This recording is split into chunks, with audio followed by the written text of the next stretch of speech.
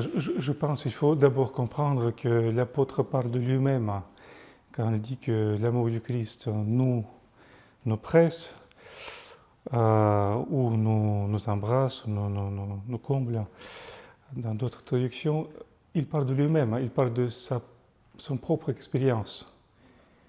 Comme souvent dans les épîtres, quand il dit « nous », il faut comprendre « moi ».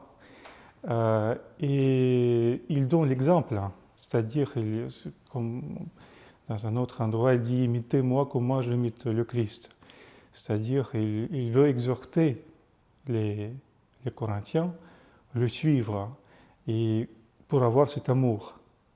L'amour du Christ soit quelque chose absolument unique pour tous ceux qui sont appelés à être sauvés. Et cet amour fait de nous, comme dit un peu plus tard, les ambassadeurs de Dieu. Ce qui est très beau, les ambassadeurs de Dieu et aussi les ambassadeurs de cette réconciliation entre Dieu et le monde.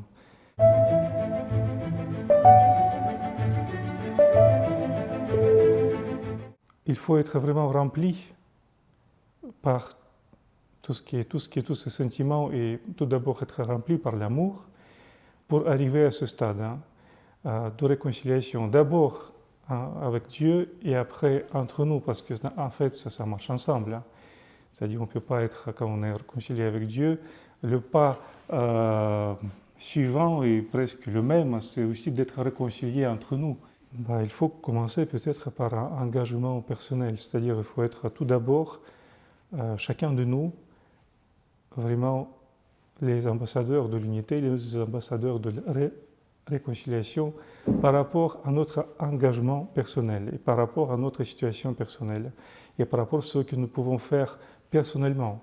Chacun de nous, à sa place, à son entourage, vraiment de porter ça déjà intérieurement, cette soif de réconciliation, cette soif de l'unité, cette envie, tout d'abord, envie que la situation change.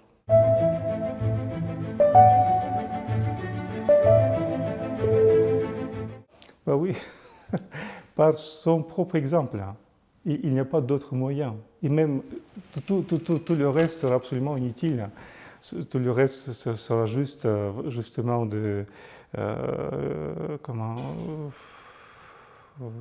pas démagogique, parce qu'on parle des paroles de vie, on peut les annoncer, on peut les dire, mais si on ne rajoute pas notre exemple propre à nous, comme l'apôtre il disait, parce que quand vous lisez cet extrait-là, c'est évident qu'il parle de sa vie, de ce que lui il porte, de ce que lui de quoi il témoigne. Et voilà, il n'y a pas d'autre choix, d'autre possibilité, par son propre exemple.